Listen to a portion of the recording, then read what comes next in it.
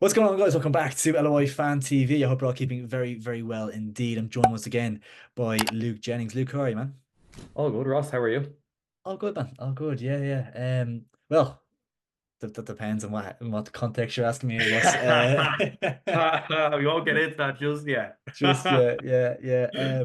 Interesting video, kind of to kind of quickly look at Bohemians. I guess a couple of weeks ago, you'd be nearly asking the video title would nearly have been "Are bows too big to go down?" And now you're kind of asking, "Are bows back in a title race or in a European race?" What like so? Yeah, very very different spin on things. It just shows you what a few games, what a difference a few games can make, really. Yeah. It's been a I say as a Bohemians fan, it's been a roller coaster of a season. Like just like Yeah. good result, a bad result. Like the loss against Waterford a few weeks back, kind of it was really grim. The Mm. aftermath of that was kind of like, geez, it'll be one of those seasons. But yeah, they followed it up with a fantastic performance against Shells. I know I did not see that coming. Like, what did you make of that? Oh, Like, how did oh, they look? crazy, crazy. Shell started the game real well. We'll probably get it, but dive into it a little bit deeper Yeah, in our kind of prediction video yeah. that's coming out on Thursday or whatever. But yeah, Shells started the game quite well, and both. And to be fair, they look organized under Alan Reynolds. He's come in. He's got just getting them doing the basics again and kind of defending properly, and then they're taking their chances with set pieces and stuff. And yeah, but I didn't see the game there tonight. Obviously picked up another 1-0 win over Dundalk. Now that's two wins on the bounce. Obviously after a disappointing loss at home to Waterford, they've kind of come back into the mix, and they've picked up really two impressive wins. Obviously tonight you probably expect them to win against Dundalk, but that leaves them now just looking, they're in third place.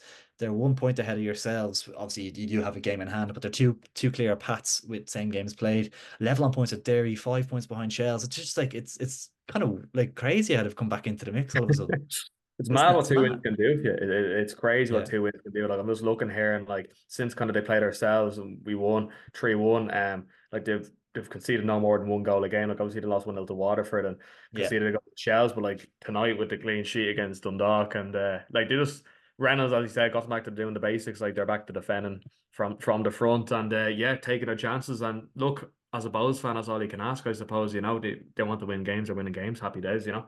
yeah. Akintunde seems to be kind of leading the line a little bit as well. He obviously scored tonight against Dundalk. Haven't seen the game or the highlights or anything just yet, but obviously great for him to be kind of getting off the mark with a few goals. And then he actually won the penalty for Bohemians as well. Kind of got in behind Malloy in between him and Kearns and won the penalty. It was kind of a nuisance.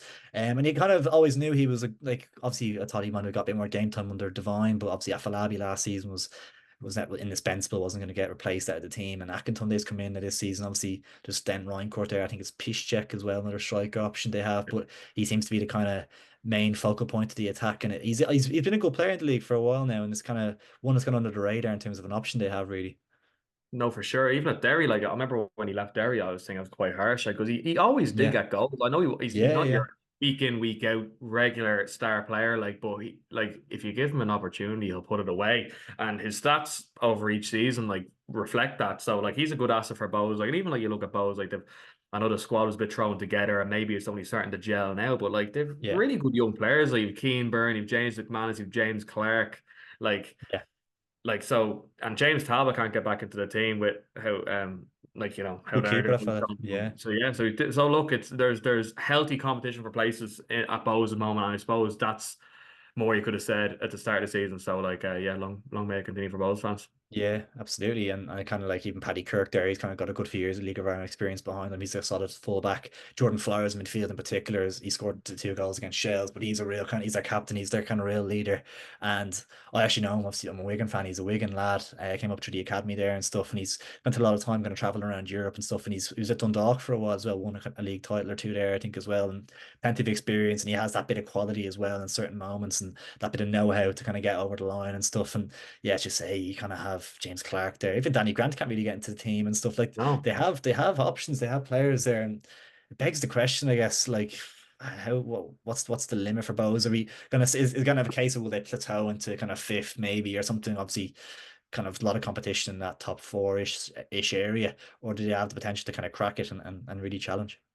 Europe will tell the tale. It really depended on who goes where in Europe. Like if teams are getting to the Yeah, second and third round, Bowes have like a look at their squad here. Like they have like a decent kind of 20 players that you could rotate in and out. Like, so as far as just kind of focusing on the league goes, I can't imagine they'll be running into too many injury crises this season with the games that they have. So you'd fancy them for Europe for sure. Like they're going to be in the mix. Like, sure. Like if you're even looking at the league table now, like you have obviously Bows in third, Rovers in fourth, Pats fifth, Sligo sixth. Like you'd fancy them against kind of how Pats are getting on now, and Sligo don't really. We're talking about squad depth. Sligo don't really have squad depth. So like beyond that, you're thinking Jesus. Like obviously you have your Shells, Derry, Rovers, but like beyond that, like it's there for both if they beat Pats to it, in my opinion. Yeah, yeah, 100%, Yeah. 100%. And I was a little bit skeptical with Alan Reynolds coming in. I know everyone knows what he's about, and it's probably the right decision to kind of get them even to the end of the season or start of next season as well or whatever.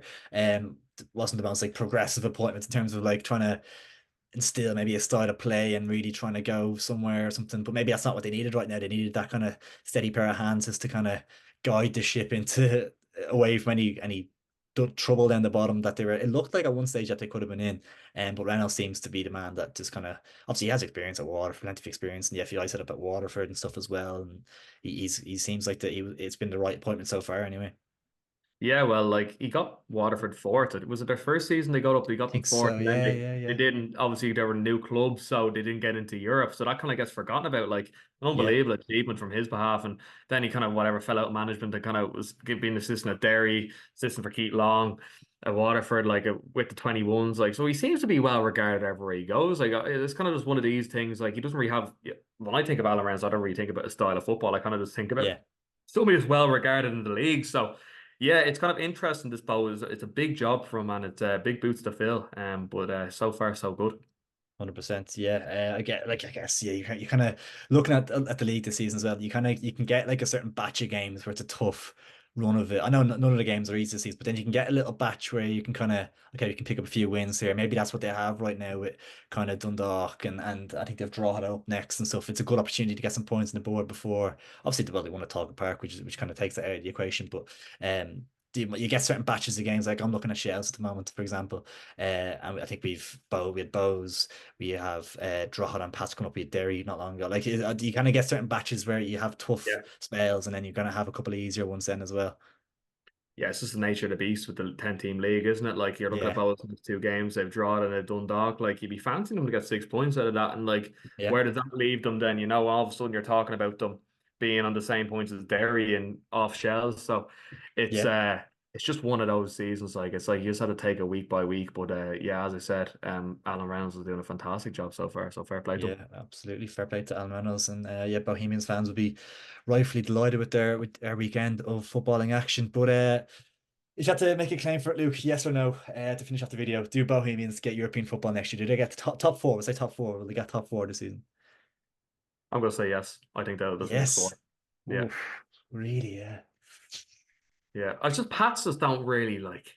Don't fill you with confidence, something. They Yeah. don't, I'm looking at them here and they're on 14 points. I'm like, how are they even on 14 points? Because like it feels Yeah. like every time you're looking at Pats, they drop points. I know they beat Yeah. us a few weeks back, but like it's just if Pats continue that up, like and Bows kind of go quietly about their business, like there's no reason why they can't, especially with Europe in the mix as well.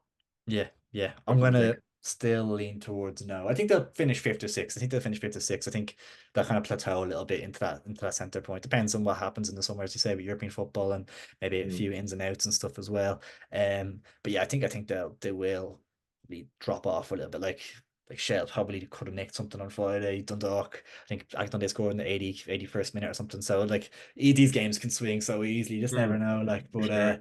yeah, I have to stick by my early season prediction of what was a six. I think I would put them in. So I'll stick lead them in that area, fifth or sixth. They're happy enough with them there. Like can't Yeah, have them pushing up exactly. any higher. Like You love Bows, don't you? yeah. I had Bows fans bargain fella on Twitter bargaining me from Bows fan. I was like, I just need to leave this. I can't get involved. I'm not talking anymore. Don't. Fuck's sake, like. They'll be clipping it up anyways if they do get Yeah, it. exactly. He took a clip from my video predicting Shell's to win 2-1 as if that was like an outlandish comment to make at the time. Like, and I was like, I predicted Bows to win last week against Waterford and they lost. So it's like, what are you Yeah. on about? Like, It's give it a hard. rest. You need a crystal ball in this in this league to not get clipped. Literally, You yeah, yeah, exactly. Yeah, it's a few times he's screenshotted our predictions to be fair, but yeah, sure. Look, what can you do? It's the beauty of making these, isn't it?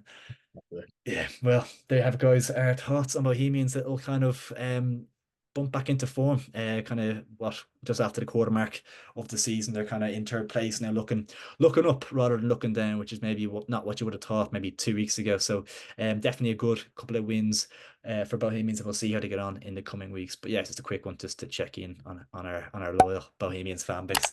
A great video to make for Shamrock Rovers and a Shells fan, isn't it? Oh, Jesus. Yeah, I said he loved the both of us anyway, you know. Yay. Well, there you have it, guys. We'll have our predictions for this week game week on Thursday. So make sure to stay tuned for that, subscribe, and all that good stuff. And do drop a like on the video if you did enjoy it as well. Much appreciated. Take it easy. Catch you in a bit.